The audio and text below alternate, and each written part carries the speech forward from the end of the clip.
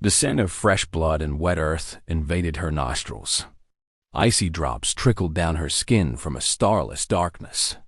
A distant howl ripped through the oppressive silence of the night. Not a wolf's howl, but something more primal, more ancient. Deep within the cave, the wide, panicked eyes of a Homo Habilis female, the feral one, frantically searched for any sign of movement, of life, while the echo of her child's scream still reverberated in her mind. Something was out there. Something wanted them. And the darkness of the forest became the ultimate predator, a hungry abyss lurking. The sticky humidity of the ancestral forest enveloped everything, a heavy blanket of life and death that suffocated the air and trapped the senses in an oppressive web. Gigantic leaves, a green so deep it almost seemed black in the faint dawn light, hung like damp veils, muffling sounds and transforming the world into a sensory labyrinth where every shadow seemed to hide a deadly peril. She and her mate, Kaio, had gone hunting. The shadow, gigantic and swift, emerged from the tangle of vines, a furious blur of claws and teeth that materialized from nowhere like a ghost of the forest.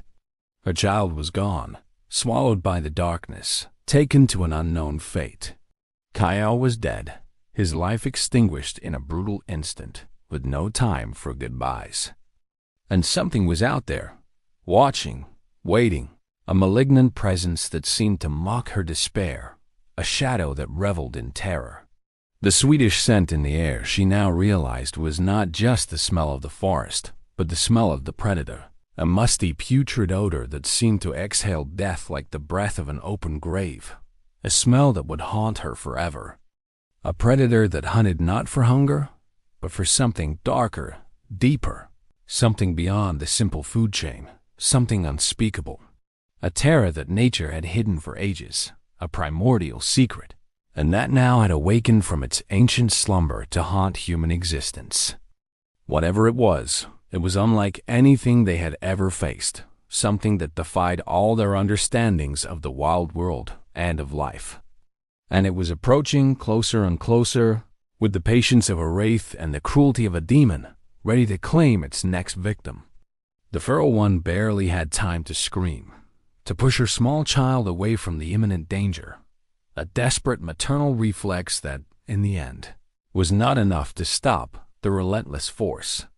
She saw the amber eyes, bright with an ancient hunger and inhuman cruelty, the maw gaping open, revealing long, sharp fangs like daggers, dripping with saliva and a desire for death. She watched Kaio fight, his wooden spear spinning uselessly against the predator's brute force, his muscles contorting in a desperate but futile effort. The sound of the blow, the dull thud of flesh against flesh, the snap of bones, Kaio's choked cry that was lost in the silence that followed, a silence that seemed to devour all hope. The last image of Kaio, his eyes fixed on hers, a mixture of pain and plea, a silent farewell.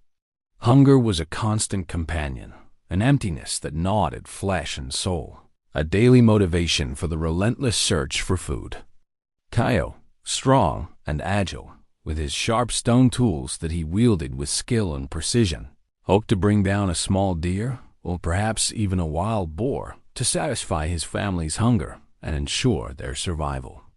The feral one, with her keen intuition, a sixth sense that alerted her to unseen dangers, perceived a tension in the air, an unusual silence that weighed heavier than the usual symphony of birds and insects, a gloomy premonition that she had failed to decipher, a foreboding of imminent doom. The air was thick with the unmistakable scent of wet earth moss, and underlying it all something more subtle, a metallic sweetish odor of ancient blood that seemed to permeate the very atmosphere, like a constant reminder of life's fragility in an unforgiving ecosystem. Tiny insects buzzed incessantly, forming a monotonous symphony that only accentuated the silence that would follow the disaster. Inside the cave, a Homo Habilis female, the feral one, trembled uncontrollably.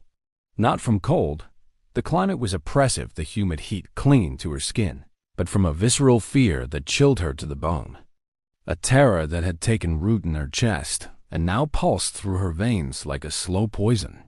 Her tense muscles barely obeyed her, every fiber of her being in a state of paralyzing alert, ready to fight or flee, yet unable to move. She was huddled in the back of the rock, her small, agile body appearing even smaller against the dark vastness of the cave. A refuge that, at that moment, felt more like a dead-end trap. The echo of her child's scream, a sharp sound of terror and pain that she would never forget, seared into her memory, still resonated in her ears. Mingling with the incessant dripping of water filtering through the rock crevices, a monotonous sound that only heightened the feeling of isolation and helplessness.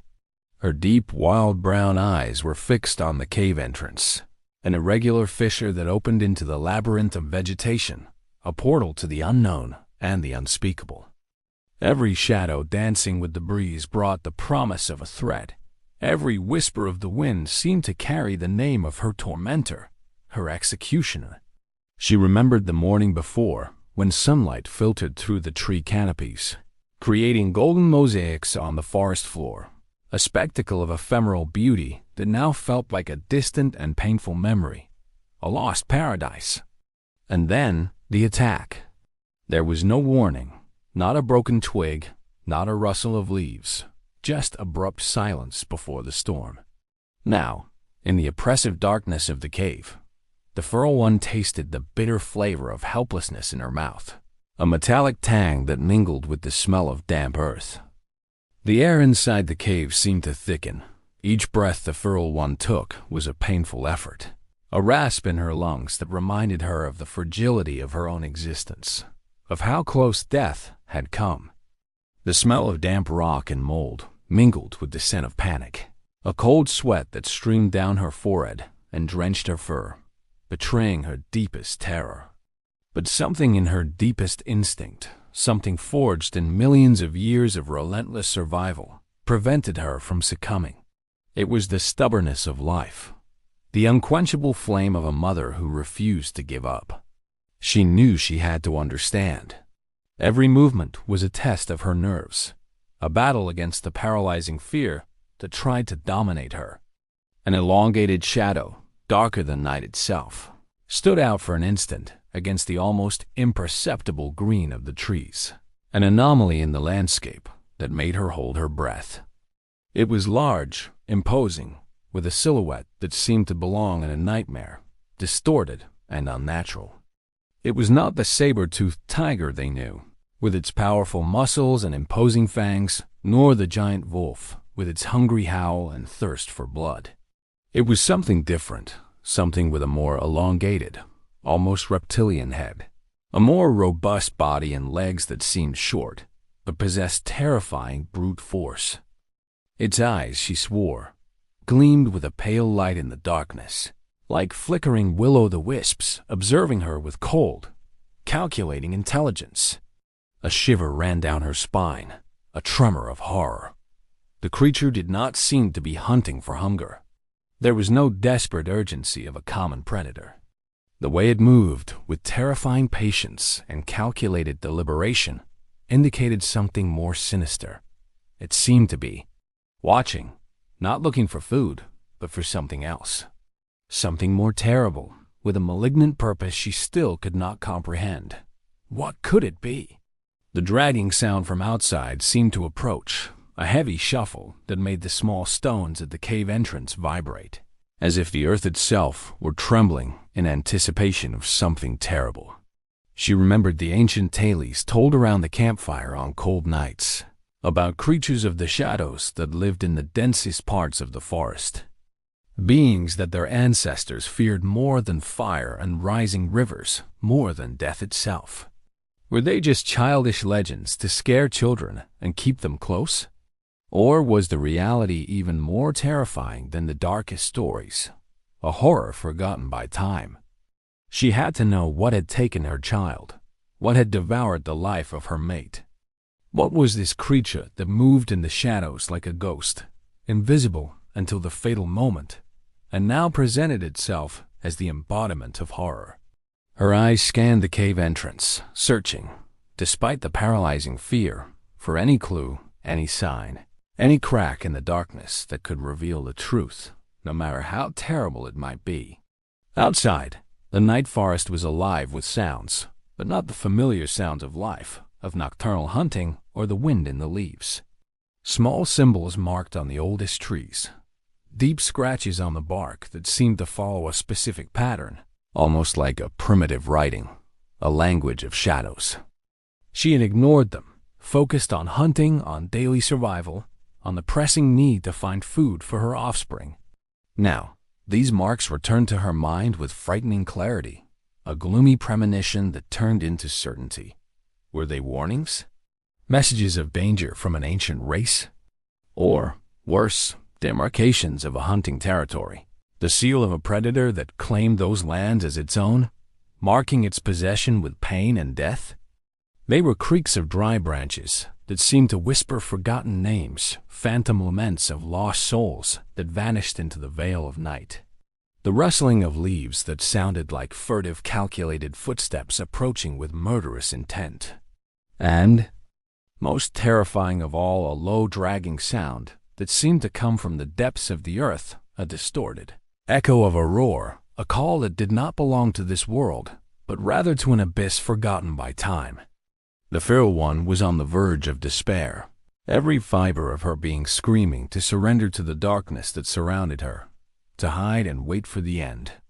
That fateful morning, before darkness swallowed her family and the light faded from her world, the feral one had noticed something strange. She crawled, millimeter by millimeter, towards the entrance, feeling the friction of the rough stone against her skin, each movement an act of pure will and determination. Suddenly, a movement. Dawn arrived, but brought no relief, only an even darker hue to the already oppressive world. The faint light filtering through the tall trees was more gray than golden, and the air remained heavy with sticky humidity and the pungent smell of death that refused to dissipate, permeating every leaf and every stone. The forest floor was damp, the leaves slippery under her feet, each step a risk of slipping and alerting the predator, of revealing her presence. The predator's scent was stronger there, a nauseating odor that made her choke, a constant reminder of the malignant presence that surrounded her, a smell of decay and fear. Not far from the cave, in a clearing where sunlight tried to pierce the dense foliage with sparse beams, lay Kao's remains.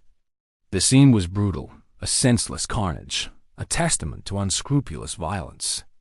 The wounds were deep, tearing gashes, but there were no signs that the body had been consumed. It was as if the creature had killed for sport, or perhaps for some more sinister reason, something that went beyond simple hunger or predatory need. This terrified the feral one even more. It was not a common hunter, a predator driven by the need for food. Her eyes fixed on the tracks left on the damp ground around the body. They were large footprints, with claws that resembled sharp knives, and the shape was strange, somewhere between a feline and a reptile, a nightmarish hybrid creature straight out of ancient tales. She had never seen such tracks, not in her most terrible hunts, nor in the stories of the elders. She followed the trail, not the creature's own track, but the trail of disturbance it had left, unnaturally broken branches, torn leaves, foliage crushed as if an immense weight had passed through, a trail of destruction. Rage for the injustice, for the senseless brutality, for Kao's life cut short so abruptly and cruelly. She picked up one of Kao's stone tools, a sharp shard he had used to skin animals and dismember prey, and gripped it in her hand, feeling the roughness of the stone against her palm, the cold edge against her fingers, a reminder of what had been and what had been lost. It was a fragile, primitive weapon, insignificant against the predator's brute force. But in her hands, it became a symbol of her determination, of her will to fight. Whatever this creature was, she knew it was in her territory, and it was marking its dominance with blood and death, with pain and suffering. But why? And why had her child been taken and not devoured? This question tormented her, a dark enigma she had to unravel, a mystery that propelled her forward. She continued on, the faint scent of her child, mingled with the putrid and now familiar odor of the predator, becoming a dark beacon on her journey of revenge, a faint light in the abyss of her despair, guiding her to the unknown and the terrible. And yes, the faint and unmistakable trace of an odor she feared most of all, the scent of her child. A sweet and subtle aroma that now mingled with the putrid and nauseating smell of the predator, a combination that made her feel sick. The feral one knew she could not stay in the cave. Waiting was a silent torture that gnawed at her soul, a slow poison, and the sight of the dark entrance was a constant reminder of her loss, of the void her child and Kaio had left in her heart. Hunger gnawed at her stomach, a constant and familiar lament, but it was the need to know, to understand the incomprehensible, to seek answers that propelled her out of that precarious refuge into the danger that awaited her. With her heart pounding wildly in her chest, a frantic drumming against her ribs, she crawled out, her movements cautious and silent, like a shadow slipping through the gloom. She moved like a stealthy shadow among the shadows, every sense on high alert, attuned to the hostile forest. The slightest rustle of dry leaves under her feet, the magnified buzz of giant insects, the distant and mournful song of a solitary bird. Everything was filtered by her primitive brain, searching for the anomaly, the sound that didn't belong, the indication of the enemy's presence. She passed by ancient tree trunks, mossy and covered with strange fungi that glowed faintly in the gloom, and felt the rough texture of the bark under her fingers as she braced herself, seeking balance and camouflage merging with the environment. The atmosphere was oppressive. The feeling of being watched was almost palpable, as if invisible eyes followed her every step, waiting for the right moment to strike. Then she saw, not the predator, but what it had left behind, a sight that made her stomach churn with nausea and her heart freeze. Rage began to mingle with fear, a burning flame that consumed her from within, an unquenchable fire of revenge. The feral one's journey led her deeper and deeper into the forest, into a part that no Homo Habilis in their right mind would dare to explore. It was a place where sunlight seemed an unwelcome visitor, where shadows reigned supreme, dense and oppressive. The trees grew even older and more twisted, their massive, gnarled trunks like gigantic skeletons, their canopies so dense that daylight barely penetrated, creating a constant and oppressive gloom, a realm of darkness. The ground was littered with exposed roots like gigantic claws gripping the earth, invisible traps in the darkness that could break an ankle with a single misstep. The darkness there was almost absolute, but her eyes, accustomed to the forest's gloom, could distinguish something terrifying: bones. Innumerable animal bones of different sizes and shapes were scattered around the entrance, forming a macabre carpet. Some still had decaying flesh on them, others were clean and white, polished by time and use. But they were not ordinary bones. There was something strange about them, marks, deep grooves that seemed to have been made by something sharp, something that didn't belong to a normal predator. They were symbols, the same symbols she had seen on the trees, but now etched into bones, transforming them into artifacts of a sinister ritual. The silence was filled only by the constant dripping of water and the distant rustling of leaves, a heavy and oppressive silence, as if the forest itself were holding its breath in anticipation. The air was heavy and stagnant, with a smell of decay and something else, something sweet and sickening that the feral one couldn't identify, but which evoked a visceral sense of revulsion, a foreboding of something terrible. It was the creature, larger than she had imagined, with dark, scaly skin that blended perfectly with the shadows, making it almost invisible until the last moment. Its pale, sinister eyes gleamed with chilling intelligence, a flicker of cunning and cruelty that made her shudder. It was not an animal. It was something more, something that seemed to have evolved in a distorted way, a being that exuded an aura of ancestral malevolence, a malignant wisdom dating back to forgotten eras. a demon incarnate. She moved with the discretion of a shadow among shadows, her sharpened senses picking up every nuance of the hostile environment. She saw the creature move towards one of the bones, a deer leg, and with frightening precision began to scrape off the remaining flesh, but not to eat. It was carving more symbols onto the bone's surface, a macabre and incomprehensible ritual. And then the horror became unbearable, a heavy burden that made her feel nauseous and dizzy. The creature turned, and in its claws it held something small, fragile, unconscious. It was her child. It was not dead. It was alive, but sedated, unconscious, its breath faint and irregular. And the creature was drawing the same symbols on its skin, using a sharp claw like a pen, tracing thin, precise lines, a tattoo of terror. It was not for food.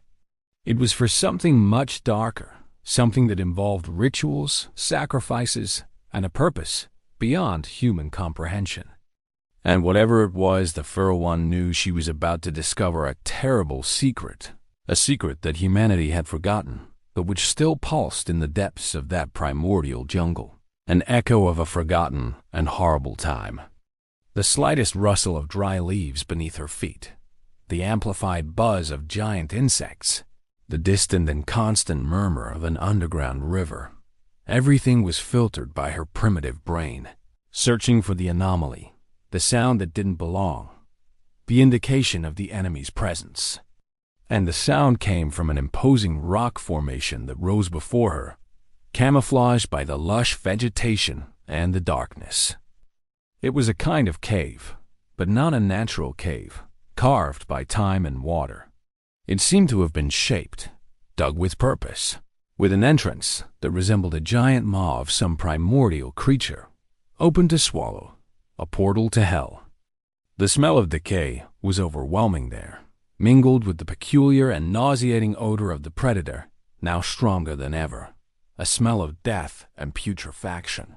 She passed by ancient tree trunks, mossy and covered with strange fungi that glowed faintly in the gloom, and felt the rough texture of the bark under her fingers as she braced herself, seeking balance and camouflage merging with the environment. The atmosphere was oppressive. The feeling of being watched was almost palpable, as if invisible eyes followed her every step, waiting for the right moment to strike. Then she heard it. A faint sound, almost a whisper, a lament that chilled her blood and made her heart stop for an instant. It was her child. With her heart pounding and her breath caught in her throat, the Feral One hid behind a dense bush, observing the entrance to the cave, the nest of horror. Suddenly, a movement. The gigantic shadow emerged from the darkness of the cave, like a materialized nightmare, a creature of forgotten legends. The Feral One hid deeper, suppressing a scream of horror that formed in her throat, a sound that could betray her. The scene before the Feral One chilled the blood in her veins, a spectacle of horror that transcended any nightmare she could have had. The predator, that abominable creature with pale amber eyes and cold intelligence, was not hunting for food like the other animals in the forest, driven by hunger. It was collecting the bones of its victims, collecting lives, and carving arcane symbols into them, a dark language that only it seemed to understand, an alphabet of suffering. She spotted a pile of loose stones near the cave entrance, sharp fragments that could be used as projectiles. With quick, silent movements, she picked up a heavy stone, feeling its roughness and weight in her hand, the cold texture against her palm. It was a primitive weapon, insignificant against the predator's brute force, but in her hands, it became her child's hope, the last resort, the only chance of salvation. She thought of Kaio's spear, a more effective weapon, but it was too far away. And the priority was urgency, the need to act immediately, without hesitation. The Feral One saw her child, asleep, defenseless, with the same symbols being traced onto its delicate skin, transforming it into a canvas for a macabre and unspeakable purpose.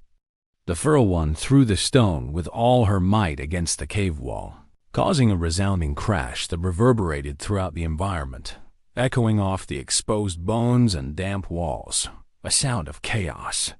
The creature, despite its colossal mass, was surprisingly swift, a dark blur moving with lethal grace, an efficient killer.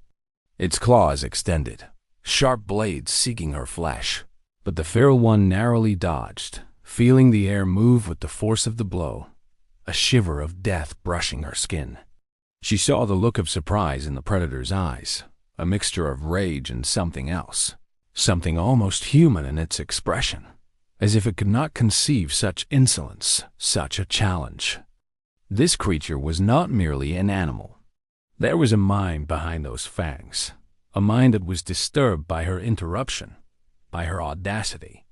The feral one knew she had to be quick. Every second was precious, every breath a countdown to life or death.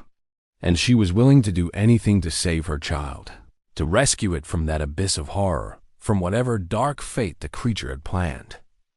The predator, caught by surprise, sharply raised its head, its pale eyes spinning towards her, an intense focus of malice now directed at her. It was the moment. The feral one leaped from her hiding place, rushing towards the creature with surprising speed, a blur of determination and fury. Her only weapon was her agility, her desperation, and the small, sharp stone shard from Kaio that she still held in her other hand, a talisman of her loss and her fury, a reminder of what she was fighting for. It was not a predator. It was a ritualist, a herald of a forgotten faith, a creature operating under rules that defied all natural comprehension of life and death.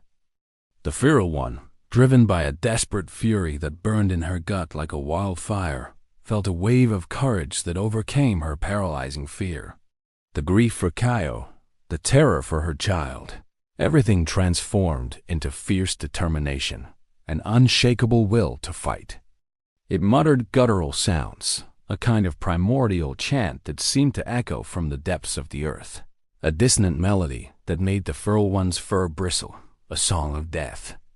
The air in the cave seemed to pulse with a strange energy, the sweet, sickening scent intensifying, almost suffocating, as if the very atmosphere was charged with the malice of the ritual, with the essence of evil. The feral one realized that the predator was not a solitary being. There were other bones, other patterns of symbols, that seemed to converge on a kind of altar at the back of the cave, constructed from skulls and long bones, polished and engraved with the same calligraphy of horror. There was something more complex there, something that suggested a dark and organized intelligence, a hidden society of horrors operating in the shadows of that world. She knew she had to act, now. Every second that passed was torment. She could not allow her child to become part of that macabre ritual, an offering on an altar of bones, a sacrifice in the name of a nameless darkness. Her eyes scanned the scene, searching for an opening, a weakness in the enemy, a way to break that spell of horror that enveloped her. The creature, oblivious to her presence and the storm of emotions raging within the feral one, was engrossed in its dark task. The feral one, with her intelligence and cunning, characteristics that distinguished her from other animals and made her a born survivor, realized that her only chance was distraction. With a primal scream that tore through the cave silence, a sound of fury and despair that echoed through the walls, she launched herself at the predator, not to attack directly, but to divert its attention, to create an opening in the monster's guard. The air in the cave was thick with dust and tension, a suffocating mixture of fear, sweat, and the sweet putrid smell of the interrupted ritual, which grew even more intense, almost palpable. The confrontation was inevitable, the climax of her desperate journey. The predator, though strong and massive, was less agile in confined spaces. Its sheer size was a disadvantage. She lunged at the creature, aiming the sharp stone shard at the weak point, an act of pure courage and desperation. It turned towards the feral one, but its movements were slower, less precise, as if the pain was draining its vital force. The feral one seized the opportunity. She knew she had to get to her child. With a desperate leap, she reached her child's small body, which was still asleep, the symbols marked on its pale skin looking like a nightmare tattoo, an indelible reminder of the horror they had endured. She picked it up in her arms, feeling the familiar warmth and weight, a mix of relief and panic that spurred her on. The impact was strong. The stone pierced the skin with a tearing sound, and a choked cry of pain escaped the creature. But the feral one had struck a vital point. The predator's strength rapidly diminished. Its movements became erratic, its eyes losing their still gleam, the light fading. She knew the forest still held secrets, terrors that a Homo Habilis mind could barely conceive. She had faced the darkness and emerged, but the legacy of that confrontation, the symbols on her child, and the unanswered questions, would be a constant reminder that even in a brutal world of survival, where life was a daily struggle against predators and hostile nature, there were even darker mysteries lurking in the shadows. And perhaps one day she would have to face them again. The path to a new dawn was uncertain, but the flame of hope, of resilience, burned brightly in the feral one's heart, guiding her to an unknown future, but with the promise of a new struggle. She saw the creature stumble, its front legs collapsing, its body thrashing in death throes. The sweetish scent became unbearable, a sign of its final exhaustion, of its imminent death. The creature fell, a heavy thud that shook the cave, and lay motionless, a lifeless mound of darkness, finally silenced. The feral one knew there was no time for hesitation, nor to celebrate victory. Escape was her priority. It was not a roar, but a hoarse sound, almost a lament, a groan of agony that revealed the monster's vulnerability, its mortality. She did not look back. There was no time for grief, only for survival, for her child's future. She knew the creature was dead or dying, but the mystery of that being, of its existence and its dark rituals, remained. Who were they? Where did these beings capable of such malice and organization, of such depravity, come from? And most terrifyingly, how many more existed in the forgotten depths of that prehistoric world, waiting to rise again, to continue their macabre rituals? The sweetish scent in the air intensified, becoming even more nauseating, mingling with the metallic aroma of dark blood that began to stain the predator's scaly skin, a bath in its own darkness, a sign that life was draining away.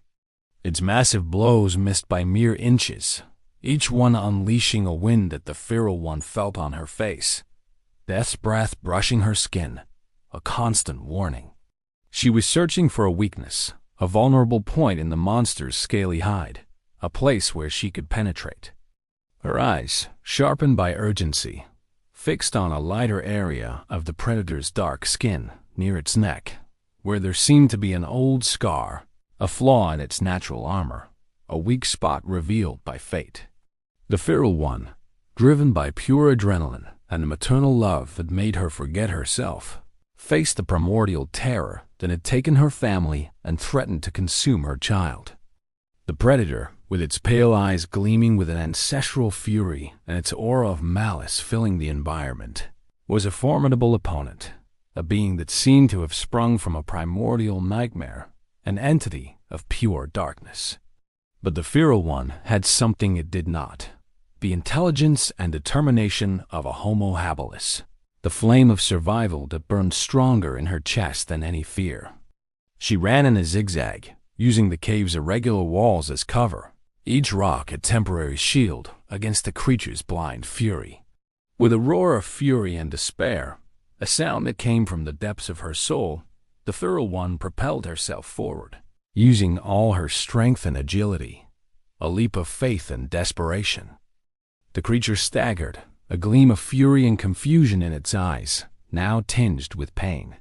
The creature, mortally wounded, still tried to approach, dragging itself with difficulty, its claws scraping the cave floor. With her child in her arms, she turned and ran out of the cave, the faint, gray light of the forest seeming like a divine gift, a rebirth, a new breath of life. The feral one ran, clutching her child to her chest, feeling its small heart beating against hers, a rhythm of life that propelled her.